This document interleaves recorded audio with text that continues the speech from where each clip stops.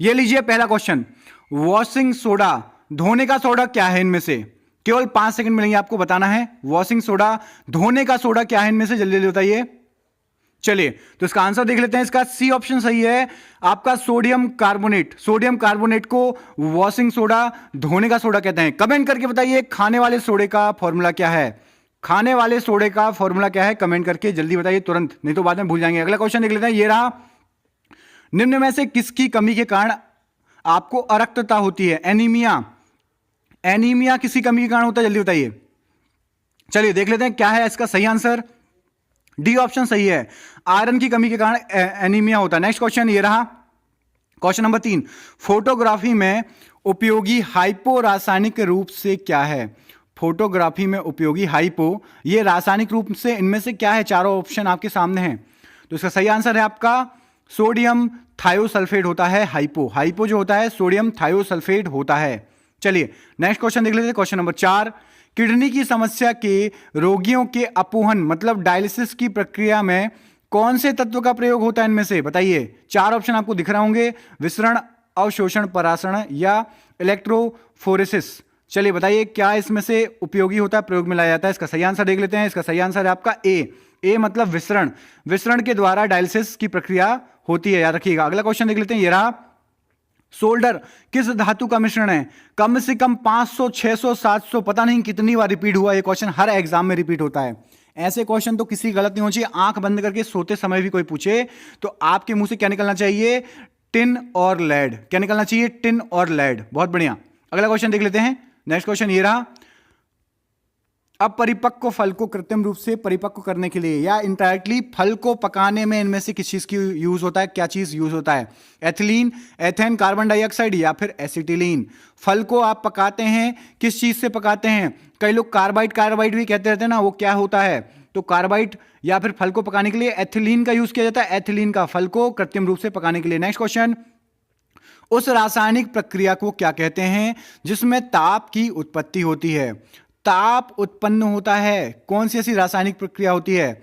उत्क्रमणीय, ऊष्मा शोषी या ऊष्मा छेपी या फिर तापीय। 4 ऑप्शन आपके सामने हैं। चलिए देखते हैं किस किसका सही आता है।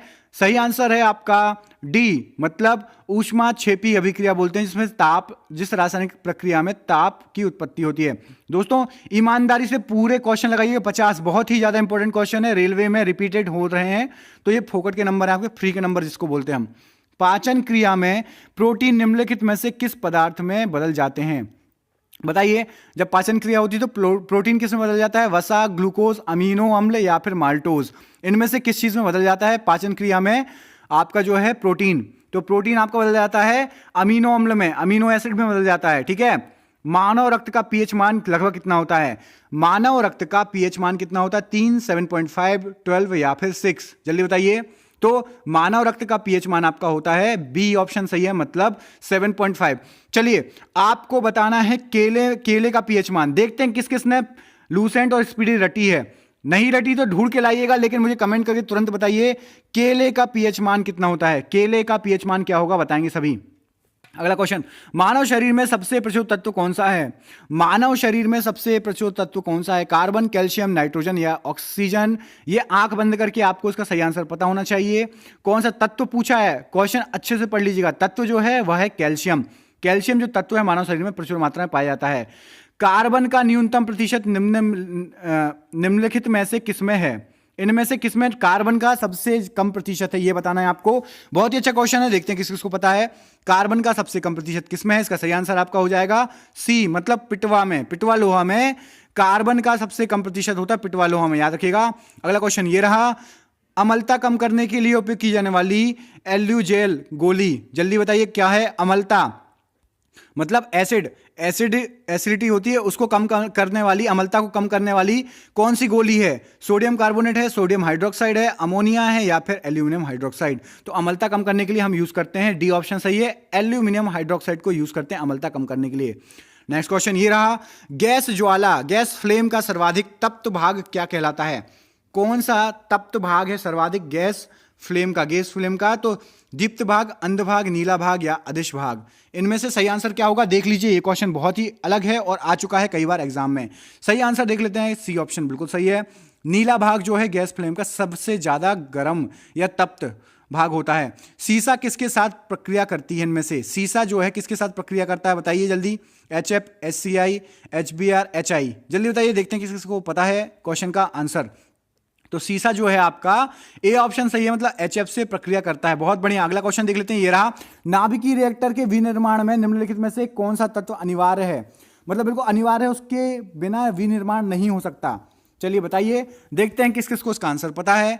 देख लेते हैं इसका आंसर दोस्तों। इसका आंसर सी ऑप्शन बिल्कुल सही है, zirconium. Zirconium is the right answer. Next question, enzyme मूल रूप से क्या है यह बताना है आपको। जो एंजाइम है वह क्या है? कार्बोहाइड्रेट, लिपिड, प्रोटीन या अमीनो अम्ल।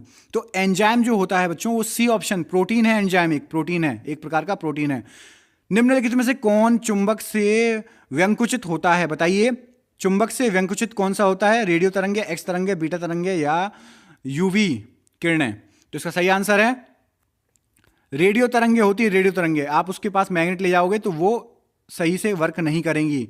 देखा होगा आपने, कभी भी रेडियो वगैरह होता है ना, रेडियो जो चलता है घर में या कोई फ्रिक्वेंसी, आप उसके पास मैग्नेट ले जाना, देखना क्या है, कैसे करेगा वो, ऐसा लगेगा जैसे कैसेट फंस गई हो। भारत में प्रतिवर्ष 28 फरवरी को विज्ञान दिवस मनाया जाता है। यह किस वैज्ञानिक की कृति में मनाया जाता है?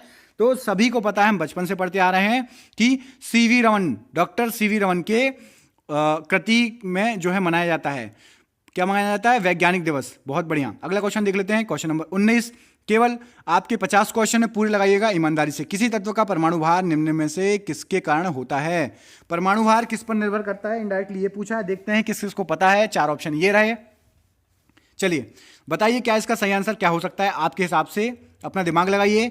इलेक्ट्रॉन, न्यूट्रॉन तथा प्रोटॉन, न्यूट्रॉन तथा प्रोटॉन, इलेक्ट्रॉन तथा प्रोटॉन या इलेक्ट्रॉन तथा न्यूट्रॉन? सही आंसर सभी को पता है, बी ऑप्शन सही है, न्यूट्रॉन और प्रोटॉन। इलेक्ट्रॉन तो बाहर होते हैं, कक्षा के बाहर होते हैं, कक्ष के बाहर होते हैं। निम्नलिखित में से कौन प्राकृतिक पॉलीमर का उदाहरण है? प्राकृतिक पॉलीमर का क्या उदाहरण है? इनमें से ये 4 ऑप्शन दिए, देखते हैं किस किसको बनता है। प्राकृतिक पॉलीमर का जो उदाहरण है, डी ऑप्शन सही है, नाइलॉन जो है प्राकृतिक पॉलीमर है। याद रखिएगा, नाइलॉन एक प्राकृतिक पॉलीमर है। नेक्स्ट क्वेश्चन देख लेते हैं, स्क्रीन पर ये रहा। निम्न में से कौन सी प्रक्रिया गैस नहीं है? तो गैस कौन सी नहीं है बताइए, कौन सी प्रक्रिया? ब्रोमीन, नियॉन, ऑर्गन या क्रिप्टॉन? तो सही आंसर है ए, ब्रोमीन जो है गैस नहीं है। बहुत बढ़िया। स्कर्वी रोग किस विटामिन की कमी से होता है? सभी को पता है, बचपन से पढ़ते आ रहे हैं, मैं इसमें ज्यादा समय नहीं दूंगा। सही आंसर आपका क्या? विटामिन सी की कमी से होता है स्कर्वी रोग। अगला क्वेश्चन देख लेते हैं, मलेरिया रोग शरीर के किस अंग को प्रभावित करता है बताइए। हृदय, आंत, स्प्लीन या यकृत? मलेरिया से इनमें से क्या प्रभावित होता है? हृदय, आंत, स्प्लीन या यकृत? सही आंसर है स्प्लीन। बहुत बढ़िया। कौन सा विटामिन रक्त को जमाने में मदद करता है? तो रक्त को जमाने में कौन सा विटामिन मदद करता है? ए, बी, सी, डी, के बताइए इनमें से। तो सही आंसर है के, विटामिन के रक्त का थक्का बनाने में मदद करता है। अच्छा, विटामिन के की कमी से होने वाला रोग बताएं। विटामिन के की, चलिए आप विटामिन बी की कमी से होने वाला रोग बताइए। बी की कमी से होने वाला रोग बताइए कमेंट बॉक्स में तुरंत। व्यापारिक वैसलीन का निष्कर्षण किससे किया जाता है? तो व्यापारिक वैसलीन का निष्कर्षण आपका किससे किया जाता है? इनमें से पेट्रोलियम से। पेट्रोलियम जेली भी आती होगी, आपने देखा होगा लगाने के लिए वैसलीन की। अगला क्वेश्चन ये रहा, कौन सा विटामिन वसा में घुलनशील होता है? इनमें से जल्दी बताइए। जो ऑप्शन दिए इनमें से ही बताना है आपको। विटामिन में वसा में घुलनशील कौन सा विटामिन है जो ऑप्शन दिए? तो उसका सही आंसर आपका क्या होगा? विटामिन के। विटामिन के वसा में घुलनशील होता है। पीतल किस मिश्र धातु का बना होता है? पीतल किस मिश्र धातु का बना होता है ये आपको बताना है। 4 ऑप्शन आपके सामने है, देखते हैं किस किसको पता है। तो जो पीतल होता है वो आपका बना होता है किससे? जल्दी, ए ऑप्शन सही है, तांबा और जिंक। बोलते पिताजी, इसका शॉर्ट करते हैं, पी से पीतल, ता से तांबा और जी से जिंक, पिताजी, पीतल, तांबा, जिंक। अगला क्वेश्चन ये रहा, निम्न में से किस तत्व की कमी के कारण घेंगा रोग होता है? घेंगा रोग किस तत्व की कमी के कारण होता है? सही आंसर है आपकी आयोडीन, सी ऑप्शन बिल्कुल राइट है, आयोडीन कमी के कारण घेंगा रोग होता है। अगला क्वेश्चन देख लेते हैं, ये रहा आपकी स्क्रीन पर, यूरिया निम्न में से किस प्रकार का फर्टिलाइजर है? किस प्रकार का फर्टिलाइजर है यूरिया?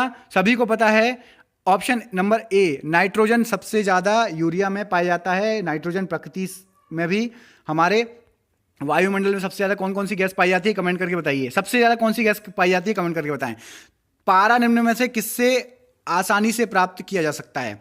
तो पारा इनमें से किससे आसानी से प्राप्त किया जाता है? इसका ऑप्शन बी सही है, सिनेबार से आप पारा आसानी से प्राप्त कर सकते हैं, अयस्क है। अगला क्वेश्चन, क्यूरी किसकी इकाई है? क्यूरी, क्यूरी इनमें से किसकी इकाई है, ये आपको बताना है। चलिए इसका आंसर देख लेते हैं। तो क्यूरी आपकी जो इकाई है दोस्तों, देख लेते हैं आंसर। इसका ए ऑप्शन सही है, मतलब रेडियो सक्रियता की इकाई है क्यूरी। अगला क्वेश्चन देख लेते हैं, ये रहा। निम्न में से किस में ध्वनि का वेग अधिकतम होता है? ध्वनि का वेग सबसे ज्यादा किस में होता है? तो सी, इस्पात में। मतलब जितना ठोस होगा ध्वनि उतने अच्छे से गति करेगी, ये सभी को पता है। निकट दृष्टि दोष को दूर करने के लिए किस लेंस का प्रयोग किया जाता है? निकट दृष्टि दोष को दूर करने के लिए किस लेंस का प्रयोग किया जाता है? चलिए, तो ए ऑप्शन सही है, अवतल लेंस का प्रयोग किया जाता है। कमेंट करके तुरंत बताइए, गाड़ियों की हेडलाइट में कौन सा जो है दर्पण होता है? गाड़ियों की हेडलाइट में कौन सा दर्पण यूज किया जाता है? जल्दी बताइए तुरंत कमेंट करके। परागन के लिए निम्न में से कौन सा तत्व आवश्यक नहीं है? तो इसका आंसर है आपका आग। आग आवश्यक नहीं है, बाकी हवा, पानी और कीट, ये तीनों चाहिए परागण के लिए। अगला क्वेश्चन, मैक संख्या निम्न में से किससे संबंधित है? बताइए, मैक संख्या किससे संबंधित है? 4 ऑप्शन आपके सामने दिए हुए हैं, देखते हैं किसको पता है। तो सही आंसर इसका क्या हो जाएगा? मैक संख्या। डी ऑप्शन, हवाई जहाज से संबंधित है मैक संख्या। अगला क्वेश्चन ये रहा, मानव शरीर में कुल कितनी हड्डियां होती हैं? ये आपको बताना है कमेंट करके। तो मानव शरीर में आपकी टोटल कितनी हड्डियां होती हैं? सभी को पता है 206, बचपन से पढ़ते आ रहे हैं। इनमें से कौन ठोस नहीं है? इनमें से कौन सा ठोस नहीं है, ये बताना है आपको। 4 ऑप्शन आपको दिए हुए हैं। तो आपका डी ऑप्शन, पारा जो है धातु होते हुए भी ठोस नहीं है। अगला क्वेश्चन, इंद्रधनुष में कितने रंग होते हैं? बच्चों वाला क्वेश्चन है, 7। ये क्वेश्चंस आपके रेलवे में आए इसलिए मैं लेके आया हूं। निम्न में से कौन सा रस भोजन का पाचन करता है? ये क्वेश्चन अच्छा है, चलिए बताइए कौन सा रस भोजन का पाचन करता है? तो पित्त रस जो है भोजन का पाचन करता है। अगला क्वेश्चन देख लेते हैं, सिर्फ 10 क्वेश्चन बचे हैं, पूरा वीडियो देख के जाइएगा। ये रहा 40वां क्वेश्चन, एंटी रेबीज का टीका कब दिया जाता है? तो सभी को पता है कुत्ते के काटने पर एंटी रेबीज का टीका दिया जाता है, ठीक है। अगला क्वेश्चन, नीचे दिए गए ईंधन में से किस में सर्वाधिक ऊष्मीय मान होता है? ऊष्मीय मान पूछा है, ठीक है, अच्छे से क्वेश्चन पढ़िएगा। कुछ क्वेश्चन बहुत इजी हैं, तो कुछ क्वेश्चन ट्रिकी हैं, तो ट्रिकी क्वेश्चन गलत नहीं होना चाहिए, इजी तो सबसे सही हो जाता है, ठीक है। इसका आंसर ए ऑप्शन सही है। कोक पर जो है ईंधन में सबसे अधिक ऊष्मीय मान कोक का है, कोक, याद रखिएगा। नेक्स्ट क्वेश्चन, मलेरिया कौन से मच्छर के काटने से होता है? तो सभी को हम बचपन से पढ़ते आ रहे हैं, मादा एनाफिलीज मच्छर से मलेरिया फैलता है। अगला क्वेश्चन देख लेते हैं, सिर्फ 7 क्वेश्चन बचे हैं। प्रकाश संश्लेषण किसमें होता है? तो इनमें से किसमें होता है? डी ऑप्शन सही है, पेड़ों की पत्तियों किससे होता है प्रकाश संश्लेषण, याद रखिएगा। विटामिन ए की कमी से कौन सा रोग होता है? तो विटामिन ए की कमी से सभी को पता है रतौंधी रोग होता है। अगला क्वेश्चन देख लेते हैं, नेक्स्ट क्वेश्चन, फास्फोरस प्रमुखता से निम्नलिखित में से किसमें पाया जाता है? तो फास्फोरस किसमें पाया जाता है? प्रोटीन में फास्फोरस पाया जाता है। अगला क्वेश्चन देख लेते हैं, समुद्र के जल में क्या पाया जाता है? देखिए क्वेश्चन के लेवल इतने इजी है ना कि आपके यदि 45 से कम आ जाएं तो समझ लीजिएगा कि आप मिस्टेक करते हैं, बनते हुए क्वेश्चन गलत करते हैं। अगली बार मैं और टफ क्वेश्चन लाऊंगा। अभी जो इजी क्वेश्चन है इसमें कम से कम तो 45 क्वेश्चन सही होना चाहिए मेरे हिसाब से। समुद्र जल में क्या पाया जाता है? डी ऑप्शन सही है, आयोडीन।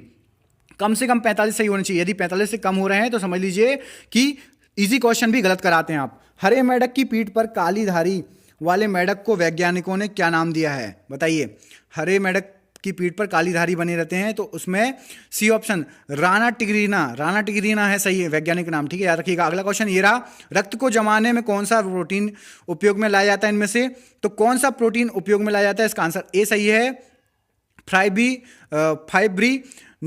फाइब्रिनोजेन जो है रक्त को जमाने में प्रोटीन उपयोग में लाया जाता है। चलिए सेकंड लास्ट क्वेश्चन, सूर्य में किस गैस की अधिकता होती है? तो बच्चे को पता है सूर्य में आपकी हाइड्रोजन की अधिकता होती है। आज का अंतिम क्वेश्चन, और बताइएगा जरूर कमेंट करके कितने क्वेश्चन आपके सही गए। लास्ट क्वेश्चन ये रहा, लाल रुधिर कोशिकाओं का उत्पादन निम्नलिखित में से किसके द्वारा होता है? ये बताइए। और क्या आपको साइंस के और वीडियो चाहिए और क्वेश्चन चाहिए? मेरा टारगेट है मैं आपको 5000 साइंस के क्वेश्चन करवाऊं, वन लाइनर या ऑब्जेक्टिव जो भी मिले। तो प्लीज कमेंट करके जरूर बताइएगा यदि आपको साइंस के 5000 क्वेश्चन चाहिए होंगे, और शेयर जरूर करिएगा क्योंकि इसका रिस्पॉन्स अच्छा रहा तो और क्वेश्चन मैं लाते रहूंगा। तो लाल रुधिर कणिकाओं का उत्पादन अस्थि मज्जा में होता है। यदि आपको और क्वेश्चन चाहिए तो प्लीज शेयर करिए, रिस्पॉन्स अच्छा रहा तो मैं आगे लाते रहूंगा। अच्छा रिस्पॉन्स चाहिए मुझे, प्लीज शेयर द वीडियो। मिलते हैं अगले वीडियो के साथ, तब तक के लिए बहुत बहुत धन्यवाद।